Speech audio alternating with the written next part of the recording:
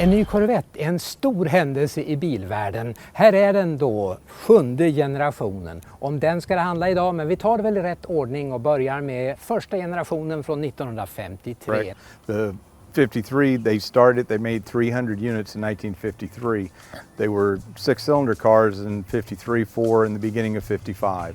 At that point, they put the V8 in the car, and the car started coming into its own because it had a little more power and it was more fun to drive. C1 cars ran until 1962. At that point, the 63 split window and the convertible, they made them both in a hardtop and a convertible in those years. That car stayed popular through 1967.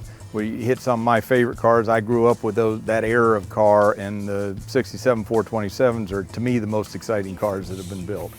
It was a fun time for it, and probably a high water mark in Corvette. Then in 1968, they did a complete new body change, and that was a very popular look. Everybody liked it. It was a stylish look, but the cars kept losing a little bit of power as time went on, and let's face it, Corvette's power, if you don't have it, it's not quite as exciting. So by the end of the 80s, they kind of wore their welcome out, and they had to do something different, which is where they come into the C4 car in the 1984 model, and that carried it through the 96. Those had, the Grand Sport was a pretty phenomenal car. We've got one in on the floor. It was the most performance side. The ZR1, the first series ZR1 came out. It had a motor by Mercury Marine, and that was a real big deal when it came out. It was a fast car. However, when the C5 came out, it outran the ZR1, so it kind of shadowed it, and all of a sudden everything was new and better handling, and the cars are friendlier on the road. They're just a considerably more user-friendly car, and they're more fun.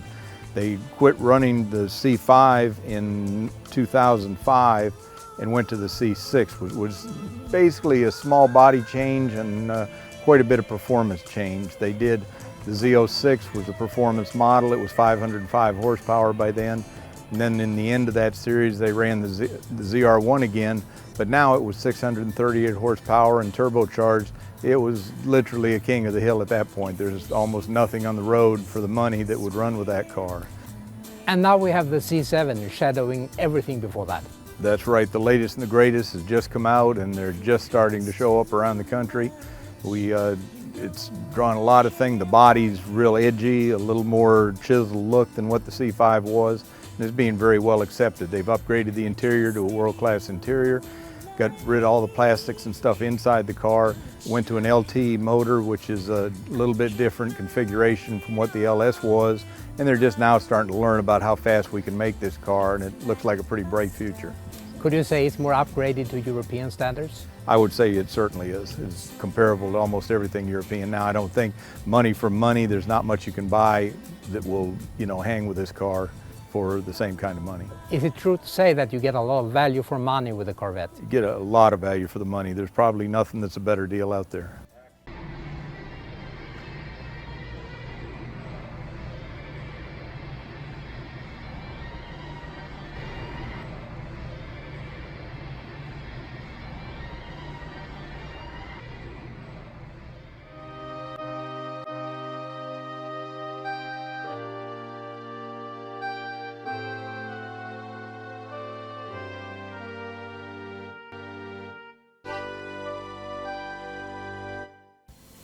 Hallå där, gillade du det här klippet, då ska du veta att det finns mer på min YouTube-kanal Trafikmagasinet BilTv med Perstad.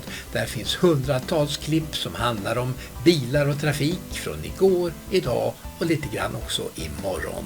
Och där laddar jag upp nya klipp varje dag i veckan, och adressen är alltså Trafikmagasinet BilTv med Perstad. Och du, hör gärna av dig med tips och idéer, det uppskattar jag. Nu kör vi!